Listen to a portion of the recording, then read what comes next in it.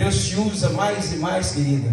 É uma alegria. Palavras não seriam suficientes para descrever a alegria e a satisfação de tê-lo nesta noite conosco, viu? God bless you, brother.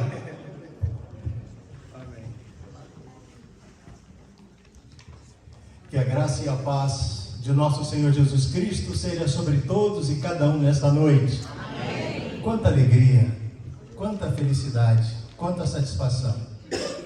Já tem aí para aproximadamente uns 15 anos que eu não venho a Atlanta. Já faz um pouquinho de tempo. E custou para esse meu amigo mais chegado que irmão, ele disse que é meu amigo. Ele disse que eu sou pastor dele, né? Mas custou para ele se lembrar que eu ainda estou vivo, morando em Boston.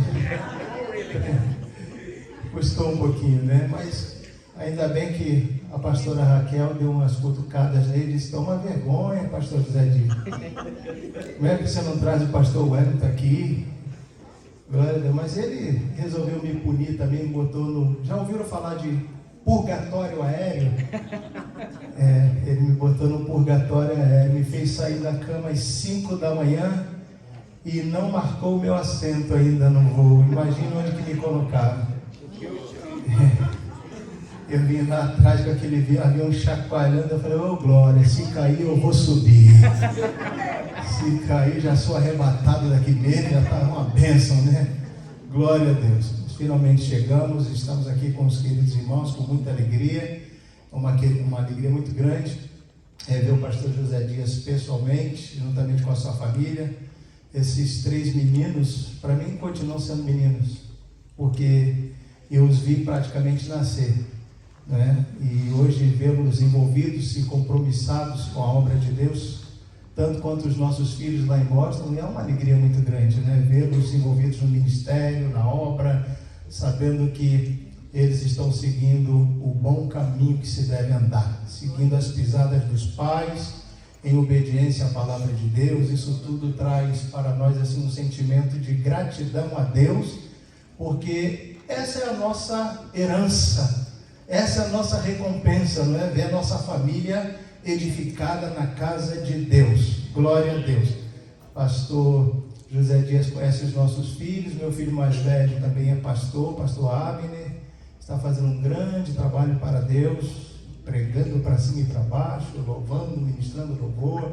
Tem sido uma bênção também nosso filho, e a gente está muito feliz. Agora já sou avô de 7 netos.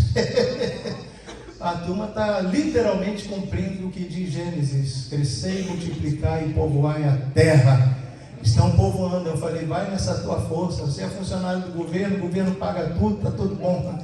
Tá bom, pode ter 4, vai parar agora, meu filho? Disse: não, pai, para nada. Agora que veio a menina, depois de 9 anos com 3 meninos, agora que veio a menina, então eu falei: tá bom, glória a Deus, aleluia, glória a Jesus, glória a Deus. Pois bem, depois de todas essas considerações, também expresso aqui a minha gratidão aos pastores que estão aqui presentes.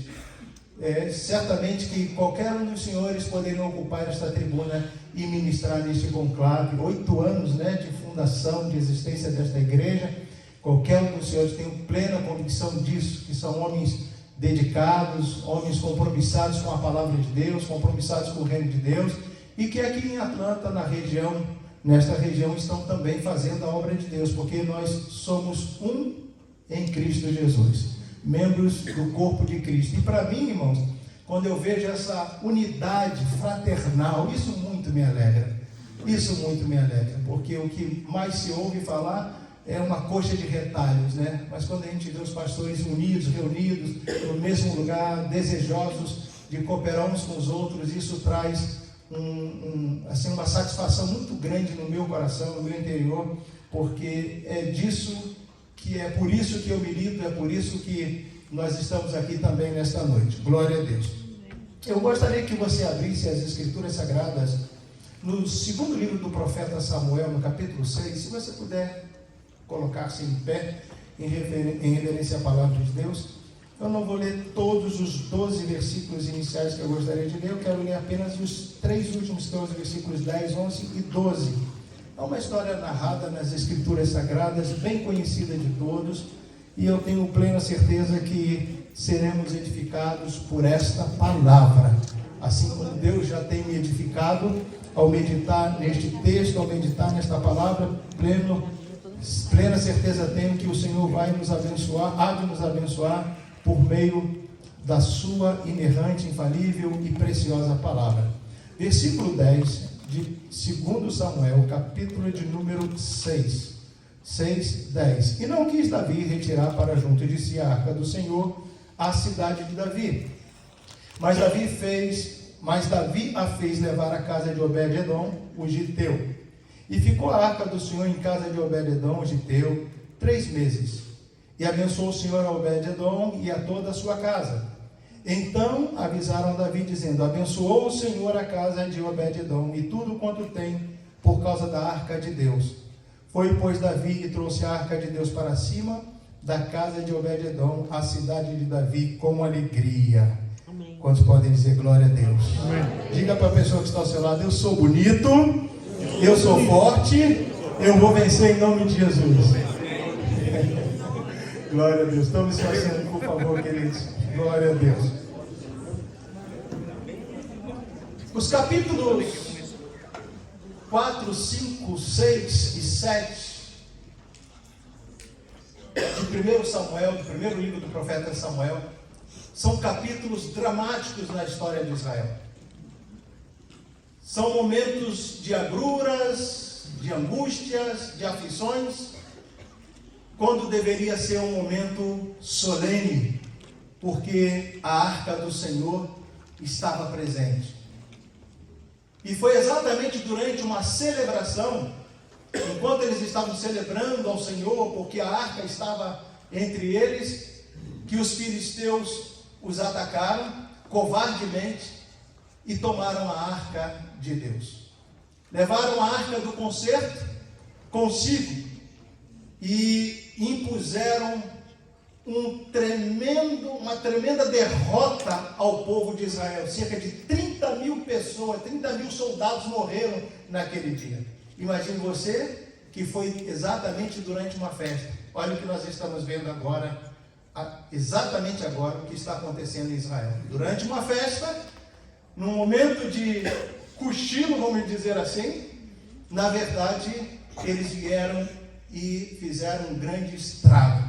Aconteceu isso nas páginas da Bíblia, no livro de 1 Samuel, e a gente tem a narrativa completa, detalhando sobre todo esse fato histórico, que trouxe uma grande angústia para o povo de Israel, e eles não sabiam exatamente o que fazer. Na verdade, eles fugiram dos filisteus, porque a derrota foi uma derrota flagrosa, uma derrota triste, terrível. E a arca foi levada e eles a puseram dentro do templo de Dagon. Levaram para o templo de Dagon, a arca lá ficou.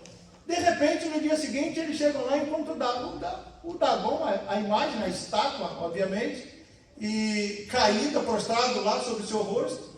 Depois eles colocam ele de novo no seu lugar. No outro dia ele já não tem braço, não tem ombro, se espedaçou e houve um grande pavor. A partir daí, a arca tornou-se algo incômodo na vida dos filisteus. A arca tornou-se um objeto de maldição, porque para o povo de Israel a arca era uma peça do tabernáculo que representava o quê? A presença de Deus. Aliás, a palavra Shekinah no hebraico significa presença. E exatamente essa presença divina que se manifestava no propiciatório, na arca, que fazia toda a diferença, e eles a reverenciavam, porque Deus se manifestava e falava com o seu povo, trazendo a bênção sobre a nação judaica, sobre a nação de Israel. Só que para os filisteus, a arca não fez bem, foi uma maldição. E eles começaram a ter problemas graves, de hemorroida, ratos para tudo que é lado, uma dificuldade gigantesca, de sorte que eles resolveram enviar a arca embora e a colocá-lo sobre carros de boi, e os bois iam transportando a arca até que chegaram a Kiriat Jearim. Lá chegando, foi para a casa de Abinadab. Ele constituiu seu filho Eleazar para cuidar da arca, e a arca, diz a Bíblia, que ficou lá durante 20 anos. 20 anos. Só que era apenas um objeto bem guardado, bem protegido. Quem sabe abre as janelas aí para ela pegar um pouco de sol, né? Não deixa que a poeira acumule no objeto. Mas ela não trouxe absolutamente nada na vida de Abinadab, na vida de Eleazar. Na casa daquela família não houve absolutamente nenhum resultado assim que a gente plausível, alguma coisa que impactasse a vida daquela família, porque eles a trataram exatamente como um objeto religioso, meramente objeto religioso. E isso me incomoda, porque muitas vezes, estabelecendo aqui um paralelo, muitas vezes nós estamos tratando as coisas espirituais como coisas comuns, como coisas rotineiras, como elementos religiosos apenas, e estamos nos tornando tão religiosos quanto aqueles que se dizem religiosos, quando na verdade cristianismo é prática de vida, cristianismo é ação, é motivação, cristianismo é inspiração, cristianismo é dinamismo. Se a gente não vive o cristianismo genuíno que Cristo nos ensinou, nos legou, através dos ensinamentos que Ele deixou para os apóstolos e por extensão para cada um de nós, seus discípulos, nós estamos vivendo exatamente essa vida de rotina, de religiosidade, e não há qualquer impacto em nossa vida em relação à manifestação da presença de Deus. E tudo quanto nós precisamos de fato é essa manifestação que faz a diferença em nosso dia a dia. Quando menos esperamos, quando menos estamos aí às vezes muito angustiados com problemas vários, de repente, quando nós praticamos o cristianismo genuíno na sua essência, a presença de Deus se manifesta de tal maneira que nós então entendemos que Deus não nos chamou para sermos meros religiosos. Deus nos chamou para sermos discípulos dinâmicos, discípulos que fazem a diferença, discípulos que impactam a nossa geração. Mas a realidade é que a arca, tanto para os filisteus foi maldição, e para a casa de Abinadab foi apenas uma peça religiosa, um mero objeto religioso. E então Davi toma conhecimento que a arca estava lá e ela precisava ser levada para Jerusalém. Ela estava fora do seu habitat, né? Ela estava fora do seu local de origem. Então Davi diz, não, vamos trazê-la de volta. Só que o Davi, ele ignorou a forma como deveriam transportar a arca. E ele desceu com 30.000 soldados, foi uma festa tremenda, e vai Davi dançando, cantando, feliz, porque a arca finalmente seria transportada de volta para Jerusalém. Resultado, quando chega a arca, quando ele vai caminhando, de repente, a arca estava sendo transportada da mesma maneira como os filisteus haviam transportado ela até a casa de Abinadab. Mandaram num carro novo, bois carregando, e ele, não é assim que a arca tem que ser transportada. Só que Davi o fez por ignorância. Ele não tinha informação como ela realmente deveria ser transportada. E aí o que acontece? A Bíblia diz que naquele momento a arca começou a pender, e aí foi fatal. Morreram aqueles que colocaram a sua mão na arca, porque a arca estava sendo transportada de forma completamente errada, completamente diferente daquilo que Deus havia instruído a Moisés, da maneira como a arca deveria ser conduzida. Imagine você, querido, querida, que muitas vezes nós temos até boas intenções, queremos fazer as coisas bem intencionados, mas fazemos as coisas de forma errada. Isso é perigoso, porque as coisas espirituais devem ser tratadas espiritualmente, e da forma, para tanto é preciso que nós tenhamos discernimento, o dom de discernir as coisas, para que não façamos aquilo que venha entristecer o coração de Deus. Somos crentes, somos servos de Deus, somos discípulos de Cristo, estamos dispostos a fazer as coisas, mas muitas vezes fazemos de forma errada. Queremos fazer a coisa certa, mas fazemos a coisa de forma errada, né? Estamos fazendo até a coisa certa, mas de maneira errada. Isso traz consequências, e trouxe consequências. Davi agora se entristece, e de repente ele é orientado a levar a arca para a casa de um moço cujo nome era Obed-Edom. Há muita controvérsia sobre se Obed-Edom era meramente giteu, se ele era descendente meramente de Edom. Há muita controvérsia e a gente não vai entrar no mérito da questão. O que se sabe, as informações que nós temos, à luz do contexto histórico, é que ele de fato pertencia à tribo de Levi, porque não faria absolutamente nenhum sentido, né, dentro do plano lógico, obviamente, que a arca fosse parar na casa de alguém que não fosse da tribo de Levi, porque aos levitas foi ordenado cuidar da arca, né? Mas alguns dizem, não, mas ele era, Deus resolveu quebrar o protocolo. Bom, não vou entrar na discussão sobre se Deus resolveu quebrar o protocolo ou não. A realidade é que a arca foi parar na casa de Obed-Edom, que morava à beira do caminho.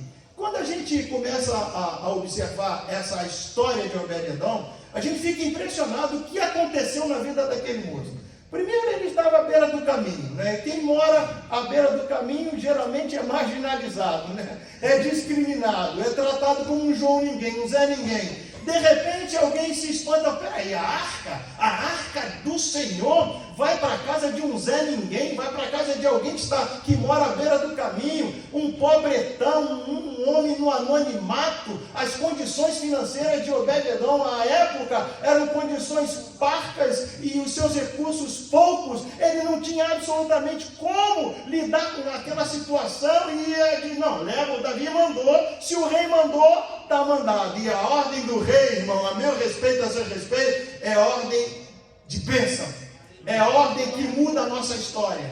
Quando a gente menos espera, ele dá ordem a nosso respeito. Davi, na tipologia bíblica, representa a pessoa de Jesus Cristo. E assim como ele ordenou que a arca fosse levada para a casa de Obed-Edom, a presença divina fosse enviada para a casa de Obed-Edom, hoje nós temos a presença de Deus sobre nós, em nós, habitando em nós. Porque ele prometeu, eis que estou convosco todos os dias, até a consumação dos séculos. E mesmo após ele ter sido arrebatado, ter sido assunto aos céus, ter subido aos céus, o que aconteceu? Ele nos prometeu, eu não vos deixarei órfãos, eu vos mandarei o Paracletos, o outro Consolador.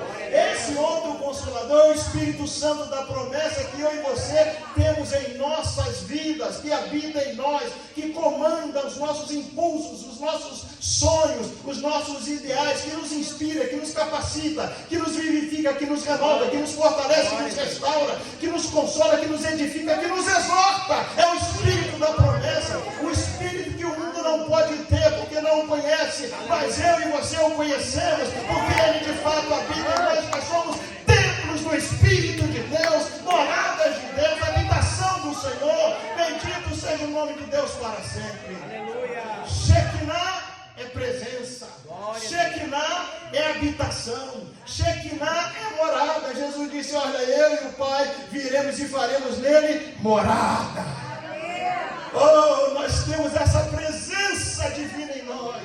E a casa de Obed-Edom agora, sabe, do anonimato passa, alguma coisa está acontecendo. O que foi? Olha, a arca do Senhor está aí.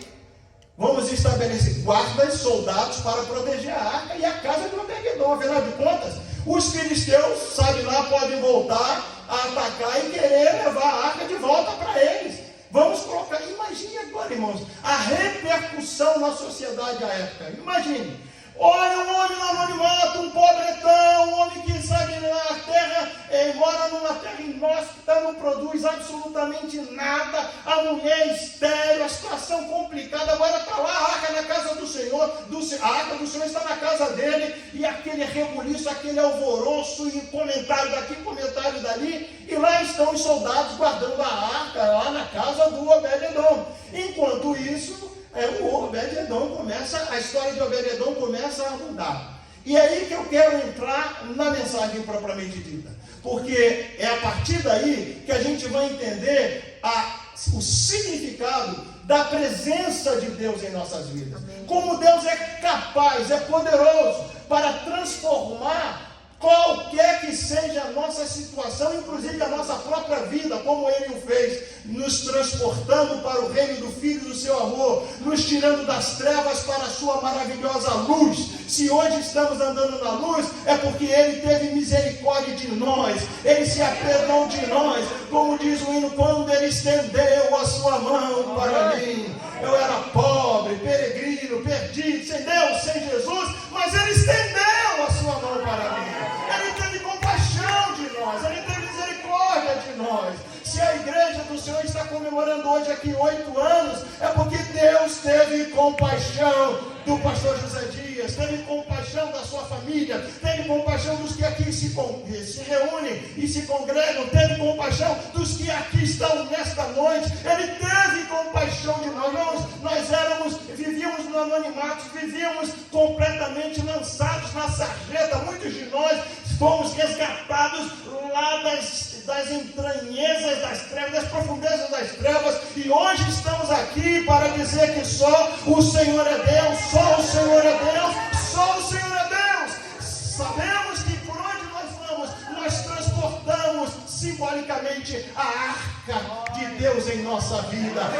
Ei, aleluia! Sabedores que todas as peças do tabernáculo, inclusive o tabernáculo, representam a pessoa de Jesus. Tudo, absolutamente tudo, no tabernáculo representa a pessoa de Jesus, tipifica. Eu não sei por que removeram dos seminários atualmente, das faculdades teológicas, a tipologia bíblica, pastor Luiz. Eu fico impressionado. Eu falei, meu Deus, um estudo tão profundo, tão maravilhoso, e que traz tanto ensino prático para o nosso dia a dia. Já não se fala mais em tipologia nos seminários. A gente vai por aí ensinando nos seminários, nas faculdades, e eu fico, mas cadê a tipologia bíblica, gente? Cadê? Não, a gente vai dando. Não é jeitinho, não, gente. Precisamos voltar às origens, porque isso é pragmatismo cristão. Isso é ensino que fortalece, que robustece, que nos alimenta, de forma que a Bíblia diz que a arca foi para a casa dele, e lá está agora Obed-edom todo satisfeito.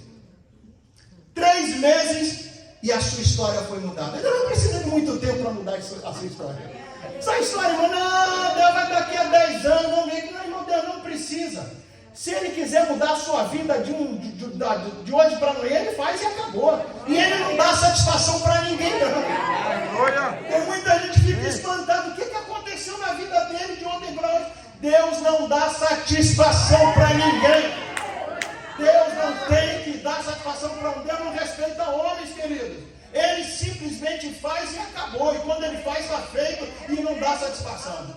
A realidade é que agora lá está a arca e todo mundo começa a comentar. Os comentários saem, né?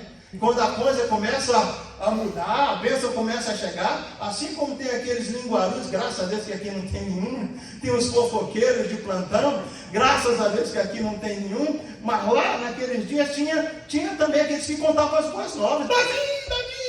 Você tem que ver o que está acontecendo na casa de Obed-edom. O que está acontecendo lá? Olha, a coisa prosperou. 3 meses de franca prosperidade. Uma prosperidade inequívoca, inigualável. Me faz lembrar até a vida de Isaac, que em apenas 1 ano colheu 100%, de forma que os filisteus o invejavam. É assim que acontece. É assim, pastores, companheiros, quando a gente começa a prosperar, quando a gente começa a ter alguma projeção, tem aqueles que nos apoiam, tem aqueles que nos ajudam, tem aqueles que nos sustentam, tem aqueles que intercedem e estão sempre aí do nosso lado. Vamos em frente, porque nós não fazemos nada sozinho, irmãos. Alguém é tolice achar que você sozinho vai fazer a diferença. Ninguém faz nada sozinho. Ai de mim se não fosse os meus companheiros, meus amigos que somam comigo, que contribuem, que ajudam, a gente não faz nada sozinho, absolutamente não. E aí aqueles que estavam lá de plantão correram a Jerusalém, diz: Davi, você tem que, agora é a hora, vamos tirar a arca da casa de Obed-edom. Querido, a Bíblia diz que ele então dá ordem para os seus súditos, reúne todo aquele povo, vão fazer festa. O negócio, transportar a arca tem que fazer festa. Andar na presença de Deus tem que andar com som de alegria. né, com satisfação. Servir ao Senhor com tristeza e apresentar-vos a Ele com lágrimas, é isso? Não. Servir ao Senhor com alegria e apresentar-vos a Ele com canto. É isso que nós aprendemos na Bíblia. E Davi diz, vamos fazer festa, vamos celebrar. Então ele pega todo mundo, desce lá, vamos levar a arca da casa de Obed-Edom. Só que é interessante que no primeiro mês que a arca estava lá, se a gente distribuir a realidade de Obed-Edom em 3 tempos, a Bíblia diz que a esposa dele era estéril. No primeiro mês, ela fica grávida, pronto, e já começa a mudar a história. E uma mulher estéril, na cultura hebraica, na cultura judaica, é símbolo de quê? Maldição. Né? É maldição. Isso para eles é assim, a mulher não pode gerar um filho, ela está debaixo da maldição divina. E imagine, irmãos, agora, de repente, a arca chega lá, ela fica grávida, ela se engravida. E aí a coisa começa a mudar. A terra, o solo não produzia fruto, não é? A agropecuária, a agropecuária, inclusive a agricultura também, não estava nada bom. Os bois, as vacas, nada, estava dando nada, não tinha nada. De repente, muda o cenário da agricultura, agropecuária, prospera. Segundo mês, prosperidade financeira. Primeiro, prosperidade sentimental. Deus trabalhou tão profundamente na vida de Obed-Edom e da esposa dele que agora eles estão lá celebrando a primeira gravidez. Que coisa tremenda, né? Vamos ser pais, finalmente vamos celebrar o nosso primeiro filho, vai chegar e vai ser bênção, vai ser... Enfim, a história nos conta que agora os bois também produzem prosperidade financeira. E de repente, a Bíblia diz que os bois produziram, a terra produziu, a esposa ficou grávida e a prosperidade agora era plena. A presença de Deus trazia satisfação à casa de Obed-Edom. O que acontece entre a casa de Obed-Edom e a casa de Abinadab é uma coisa interessante. Porque 20 anos a arca ficou na casa de Abinadab e nada aconteceu. 3 meses a arca ficou na casa de Obed-Edom e tudo se fez novo. Houve uma transformação metafísica impactante que chamou a atenção da sociedade como um todo, de toda a nação de Israel. A arca chegou na casa de Obed-Edom e a glória de Deus está se manifestando tão intensamente que há prosperidade em todos os aspectos, em todas as áreas da vida, da família de Obed-Edom. Os filhos estão nascendo, os bois estão aí produzindo vacas e a terra está produzindo, tem prosperidade completa. Querido, isso me faz lembrar que muitas vezes a igreja de Abinadab, que se acomoda às questões religiosas, né, a tradição, um tradicionalismo enraizado e não quer se mover daquela situação. É preciso que um abalo sísmico, né? É preciso uma chacoalhada de Deus para mudar a história. Vocês, obreiros da casa do Senhor, que vão ser ordenados na noite de hoje, é importante que a gente entenda que quando a gente entra no ministério, nós temos o dever, a obrigação diária de nos recorrermos à palavra de Deus e dela nos alimentarmos, para que então sejamos capazes de abençoar a vida das pessoas. Porque antes de ministrar aos outros, eu preciso ser ministrado. Antes de pregar aos outros, eu preciso que Deus pregue para mim. E para Deus pregar para mim, eu tenho que sentar, eu tenho que jejuar, eu tenho que orar, eu tenho que ler a Bíblia, eu tenho que pesquisar, eu tenho que estudar. A coisa não é fácil assim não, querido. Me faz lembrar agora, meu neto com 13 anos já começou a pregar, e ele disse para o pai dele, para o meu filho, ele disse: pai, pregar é fácil, né? Ele disse: como assim que é fácil, meu filho? Ele disse: eu vou pregar amanhã, vai ser minha primeira mensagem e tal. Meu filho sentou com ele e disse: vem cá, eu vou falar para você. Você estudou, qual texto que você estudou? Não. É assim? Você orou? Você jejuou? Como é que você vai pregar? Aí ele disse: pai, é assim, então é difícil. Então é difícil. Não, se você quer pregar, você tem que se preparar. Você tem que se qualificar, você tem que estudar, você tem que buscar Deus. Não é apertou um botãozinho de computador e está aí falando como um papagaio, não, querido. Você tem que reproduzir aquilo que faz efeito primeiro na sua vida. Você tem que repartir aquilo que Deus primeiro alimentou a sua alma. Você tem que ser honesto consigo mesmo. Nós não podemos sair por aí como um papagaio de pirata, queridos. Nós somos profetas do Deus Altíssimo. Nós somos embaixadores do reino de Deus. Nós temos um compromisso de representar o céu com excelência. Se a excelência de Deus não está presente em nossa vida, é porque nós estamos vivendo uma vida inócua, despida da graça de Deus, despida da glória de Deus, despida do poder de Deus. E Deus nos chamou para quê? Para ser cheios do Espírito Santo, para sermos cheios do Espírito Santo. Se a nossa vida não tem a presença de Deus, se a presença de Deus não está abundantemente em nossa vida, transbordando em nossa vida, em quaisquer que sejam as circunstâncias, algo está errado. E eu preciso então emendar os meus caminhos, emendar as minhas veredas, me arrepender dos meus pecados e voltar ao início de tudo, voltar ao primeiro amor, pedir perdão a Deus, me reconciliar, para então ser um profeta na casa de Deus, um profeta às nações, e dizer assim diz o Senhor, porque o que Ele diz a mim, disse também a você, e o que Ele está dizendo a você, porque primeiro disse a mim, e eu não sou profeta do embuste, eu não sou profeta do engano, eu sou um homem de Deus chamado com fogo para fazer a diferença entre as nações. Não se pode brincar com as coisas espirituais. Não se pode. Prosperidade chegou. Davi está alegre. Vamos levar a arca de volta. A arca vai subir. A arca vai voltar à casa do Senhor. E está a prosperidade na casa do Obed-Edom. Bênção pura. Bênção pura. A presença de Deus é algo tão fascinante que quando a gente menos espera, Deus muda as circunstâncias. Vou lhes contar um testemunho pessoal. Eu tenho 2 filhos e uma filha. Minha filha nasceu com anemia falciforme. Quem já ouviu falar de anemia falciforme? É uma doença cruel. Já ouviu falar, né? É uma doença cruel. Eu não desejo nem para os meus inimigos. É uma doença genética. Ela nasceu por causa da minha ascendência afro.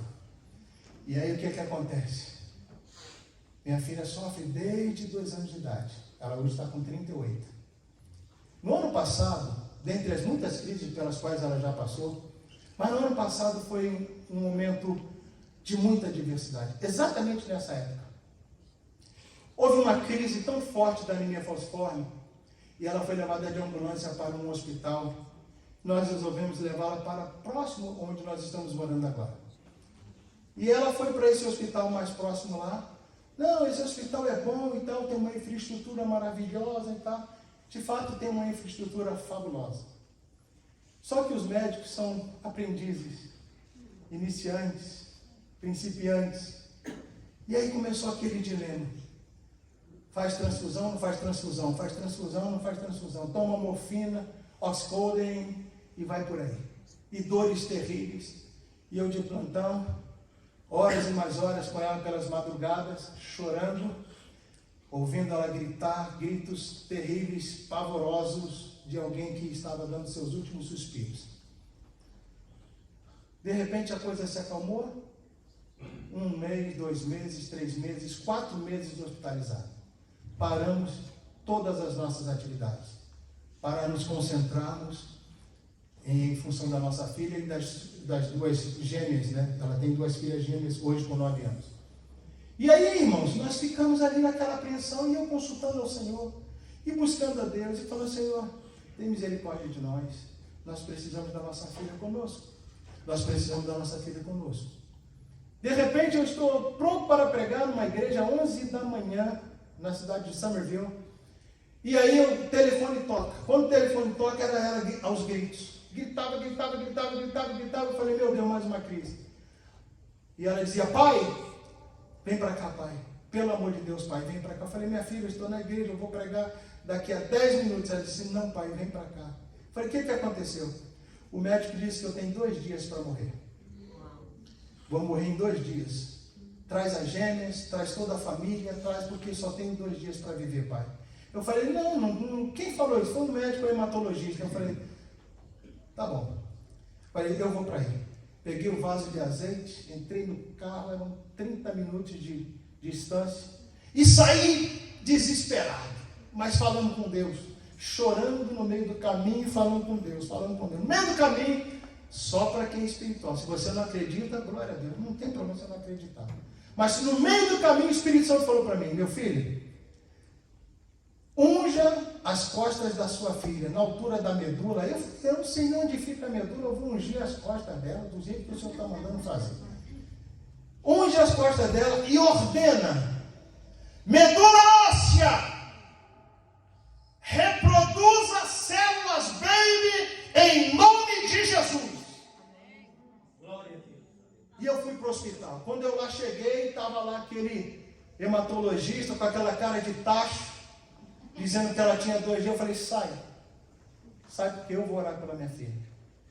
Mandei que ele saísse, ele se retirou, pedi que ela virasse de bruços, peguei, untei minhas mãos de azeite, coloquei as mãos e disse, medula óssea, em nome de Jesus, reproduza células baby, está feito. Amém. E disse para ela, não vou orar mais, porque é uma oração só. Deus mandou fazer uma vez só. A gente não vai ficar aqui teimando. E aí entramos em campanha de oração com os irmãos, aqui do Japão ao Brasil, por onde Deus tem nos levado a pregar a palavra, 20 nações até agora. Só o Japão, o pastor José Dias já esteve comigo lá, ele não gostou muito não. Mas eu já estive no Japão 42 vezes, só no Japão. Arigatou gozaimasu. Uma festa que a gente faz ali, povo carente, povo humilde, povo sedento. Enfim, ordenamos, 2 dias se passaram, a menina está viva. 10 dias se passaram, o médico entrou no diabo. Não foi o diabo que entrou no médico, o médico entrou no diabo. O médico entrou no diabo, irmão, e disse, sai daqui, você não morreu, disse que você ia morrer em 2 dias, você não morreu, você não pode ficar aqui no hospital, você tem que sair daqui. E foi uma briga dentro do hospital, chamaram o diretor e isso, aquela confusão. No final, minha filha saiu de lá com o catéter e tudo. Eu também não vou ficar mais aqui. Estava com o catéter ainda, saí de lá. Fomos parar no hospital, no Mass General Hospital, lá no centro de Boston. Irmãos, veja como Deus age. Primeiro, graças a Deus, a nossa filha está viva. Para a glória do Pai, do Filho e do Espírito Santo. Pode aplaudir o Senhor.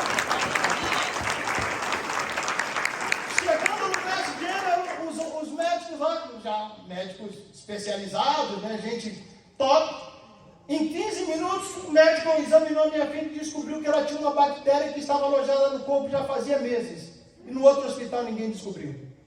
E ele disse, Daniele, em 30 minutos mais, você sim morreria não pela anemia falciforme, mas pela bactéria que está no teu corpo. Correram, aplicaram já os antibióticos lá, fizeram o que tinha que fazer. Daniele, até as crises que ela estava tendo semanalmente, cessaram.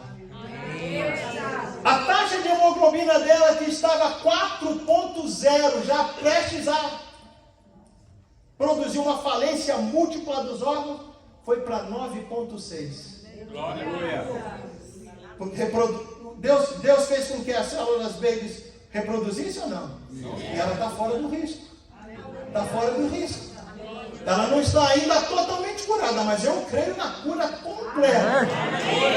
Completa. Olha uma vez.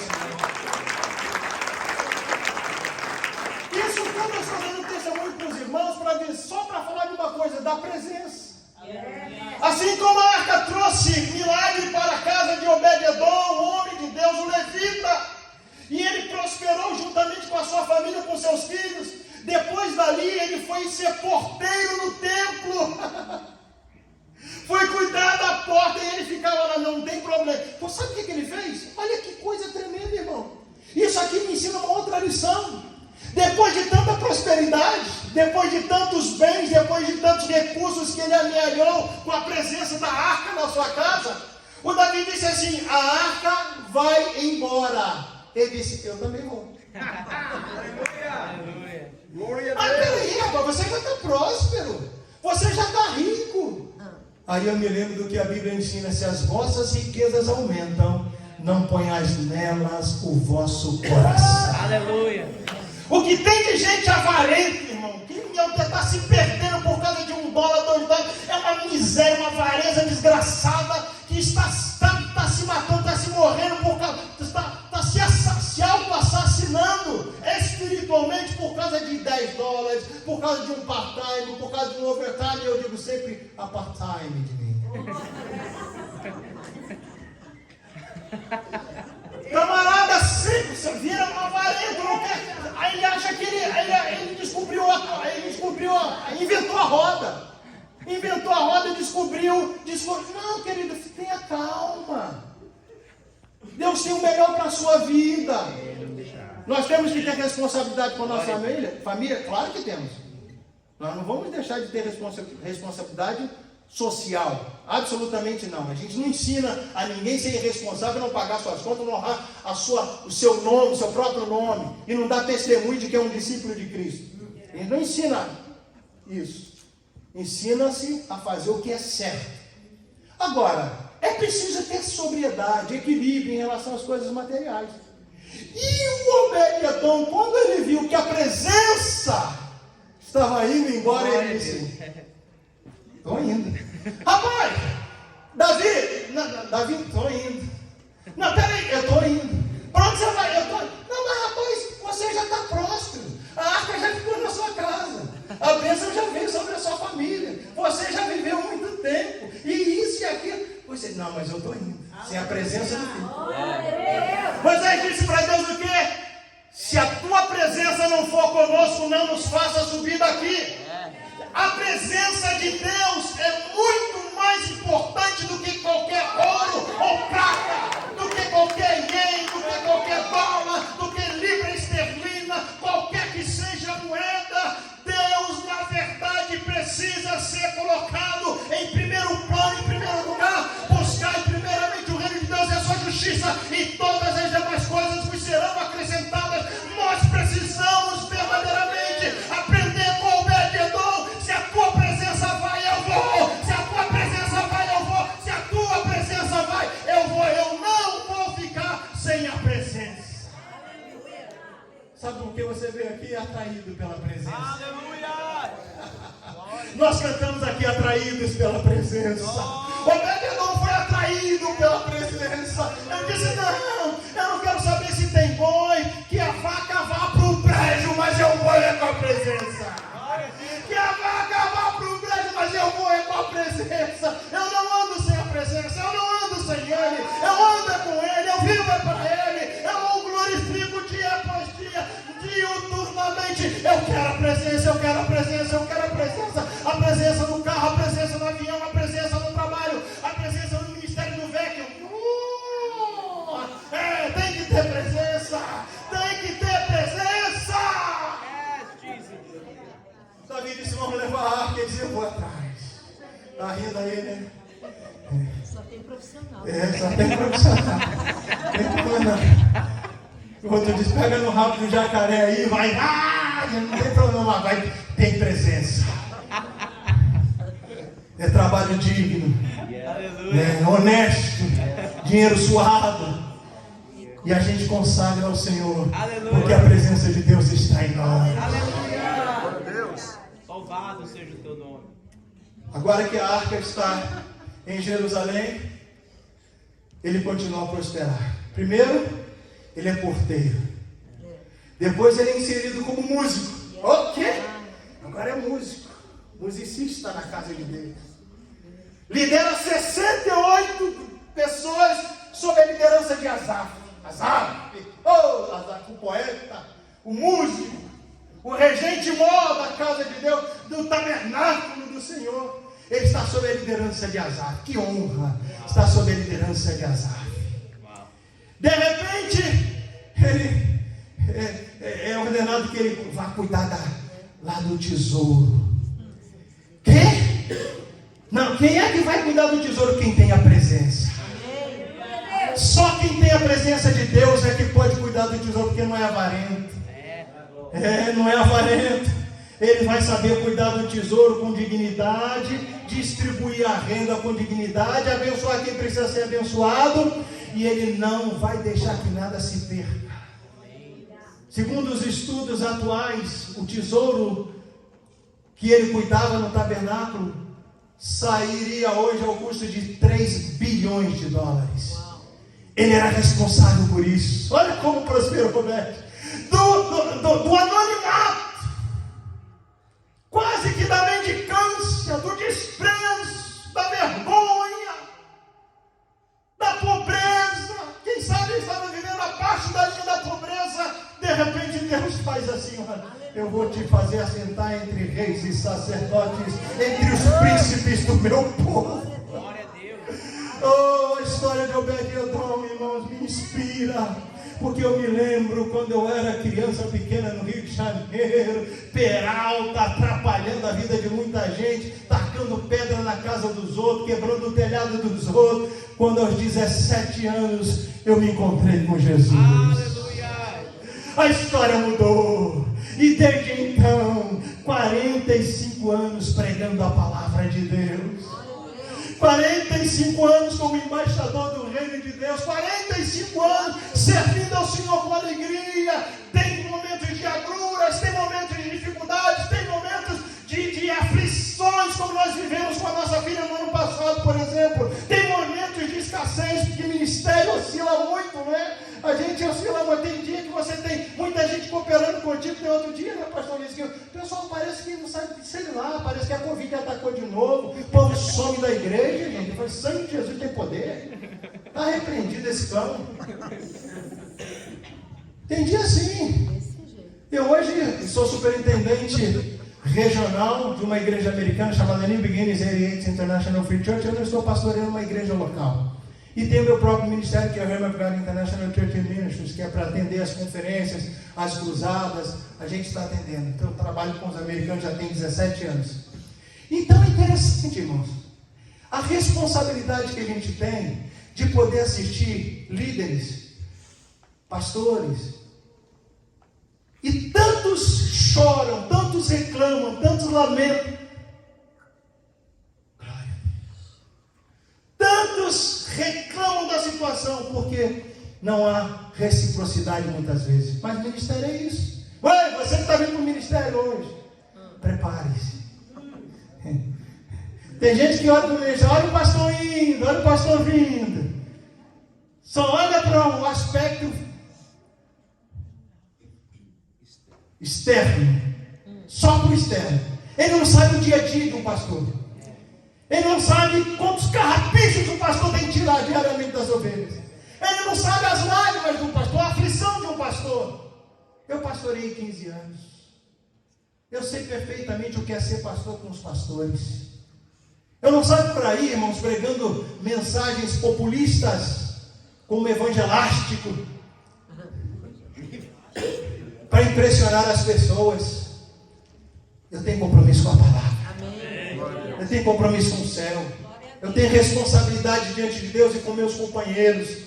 Porque onde eu vou eu tenho que ser bênção, eu tenho que ser canal de bênção. Eu tenho que trazer conteúdo, eu tenho que trazer, sabe, eu tenho uma extrema preocupação de apresentar aos meus coisas que a gente já conhece, verdade.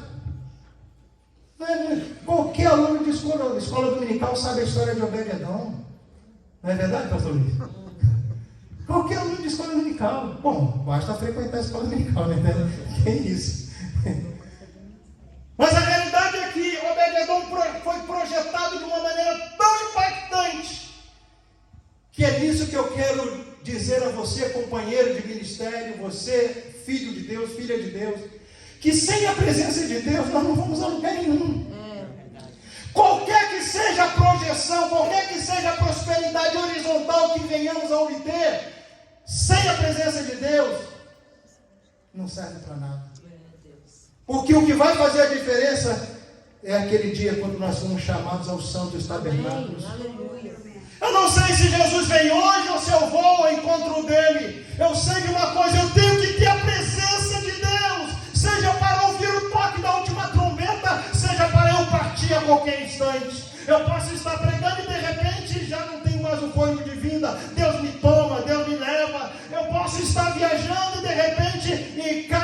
no avião já não tenho mais, o avião vai embora, parte-se no meio, qualquer coisa pode acontecer, mas quando você tem a presença de Deus, você anda tranquilo, você dorme tranquilo, você levanta tranquilo, você descansa nos braços do Eterno. É essa presença, querido, que eu quero compartilhar contigo nesta noite, pedir a Deus que venha encher a nossa vida da plenitude do Espírito Santo. A Bíblia diz: não vos embriagueis com vinho, no qual há contenda, mas enchei-vos do Espírito, enchei-vos da presença, enchei-vos da presença, enchei-vos da Shekinah. Deus precisa habitar em mim, Deus precisa habitar em nós, mas o que impede dele habitar? Um olhar introspectivo vai fazer com que a gente faça uma autoanálise, um autoexame, para expurgar tudo aquilo que possa porventura impedir que a presença de Deus seja real, que a presença de Deus seja visível, palpável. Oh, eu sinto uma atmosfera de glória. O mais interessante de tudo é que quando você tem a presença, onde você entra, as pessoas olham para você e dizem: aí está um homem de Deus, aí está uma mulher de Deus. Não, você é diferente, você é cristão, você é evangélico, você é pastor. A gente às vezes quer se esconder, sabe? Eu viajo muito e às vezes eu quero ficar num cantinho lá, quero ouvir a palavra. Às vezes eu chego na igreja que ninguém me conhece, eu sento lá no final, quietinho. Alguém vem assim: qual é o seu nome? Wellington. Não. Está escrito na sua testa, o senhor é pastor.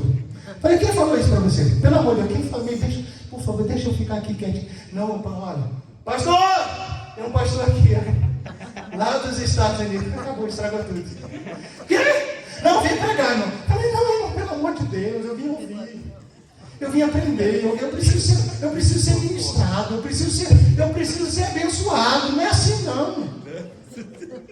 A gente não tem um momento que a gente pode, sabe? Tem uns amigos meus lá em nós que eu falo: olha, eu estou indo, eu ligo antes.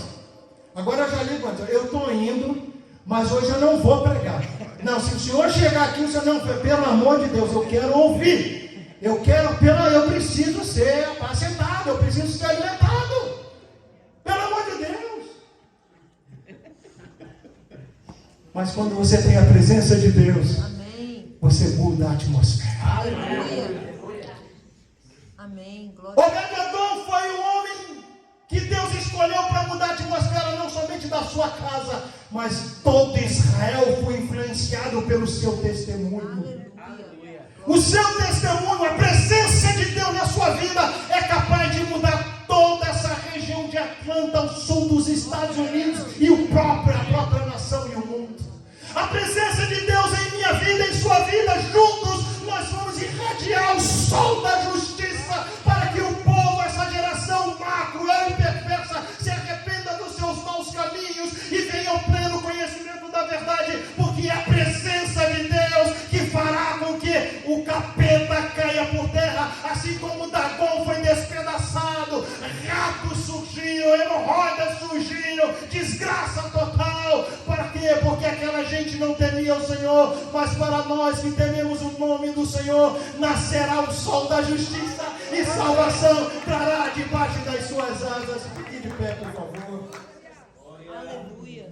Glória a Deus. Santo é o Deus tem uma palavra para o seu coração, para a sua vida. Aleluia. Eu preciso fazer algumas coisas aqui antes de devolver a palavra.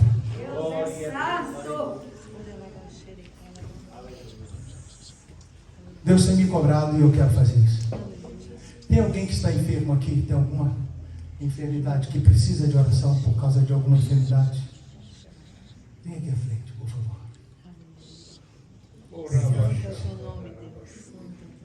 Aleluia. Se houver mais alguém com alguma enfermidade, não precisa dizer enfermidade. Se houver mais alguém, eu queria receber alguma orientação de Deus para orar pelos enfermos. Porque a presença de Deus desfaz.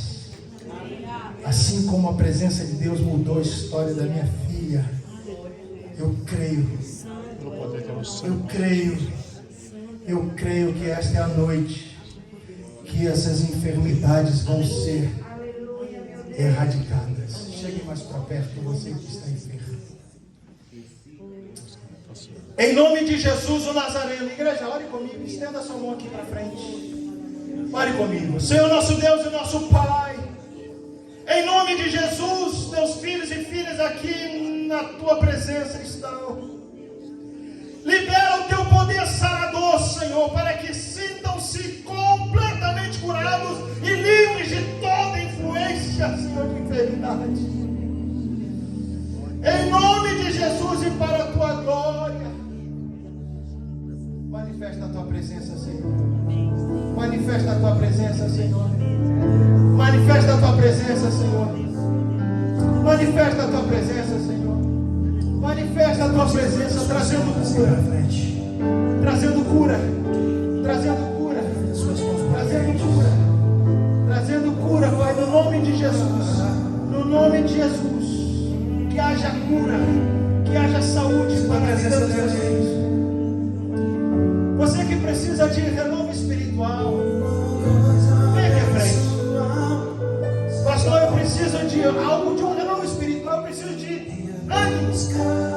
Eu me sinto, sabe, no meio de uma guerra espiritual. E eu preciso que Deus me renove, que Deus me encha do Espírito. Se essa é a sua vontade, se você deseja, pode vir. Eu quero orar por você também. Quero pedir a bênção de Deus sobre a sua casa, sobre a sua família. Pastor, eu estou com um problema financeiro. Eu estou com um problema no meu trabalho. Estou com um problema social. Qualquer que seja a sua dificuldade, você queira apresentá-la ao Senhor, pode vir que eu quero orar por você. Pode vir. É noite de desafio. Nós estamos na presença de Deus. Nós estamos na presença de Deus. A presença me sustenta,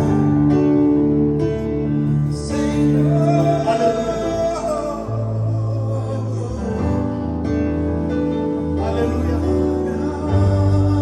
Aleluia. Pode vir. Se você crê no milagre de Deus para a sua vida, em qualquer área da sua vida, qualquer que seja a sua dificuldade, o desafio que você está passando, pode vir apresentar ao Senhor, sabendo que Deus faz infinitamente mais além daquilo que pedimos e pensamos. Ele faz infinitamente mais além daquilo que pedimos e pensamos. Não tenha vergonha não. Aqui nós somos a família de Deus. Quando a família de Deus se reúne com o propósito de que todos sejam abençoados e saiam da reunião alegres. Pai, no nome de Jesus, teus filhos e filhas estão aqui, Senhor, na tua presença. A arca entrou na casa de Obed-Edom e trouxe grandes resultados, tanto no aspecto espiritual quanto no aspecto material. Mudou seu status quo, mudou a sua realidade, para fazer o Senhor um príncipe na tua casa. Você representa o seu lar. Esta pessoa de paz. Em nome de Jesus. Em nome de Jesus e para a tua glória. Toma nas tuas mãos, Senhor, esta vida. Que a tua presença, Senhor, inunde a mente deste rapaz, onde quer que ele se encontre. Que seja feito a mim, segundo a medida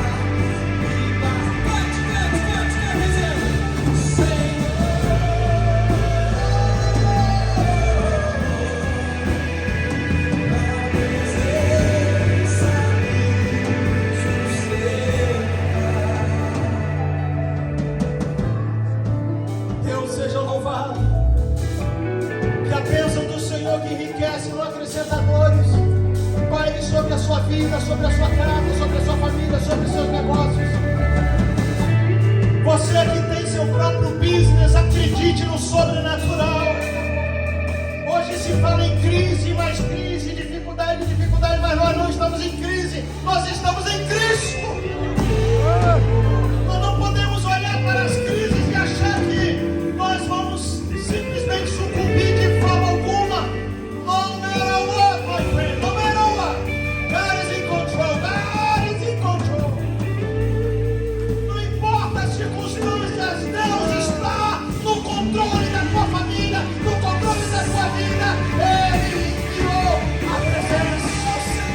Ele enviou a presença. A presença. A presença me sustenta, Senhor. Grande igreja, se a presença dele te sustenta, se a graça dele te basta. Aleluia. Deixa eu fazer uma pergunta. Alguém que está conosco?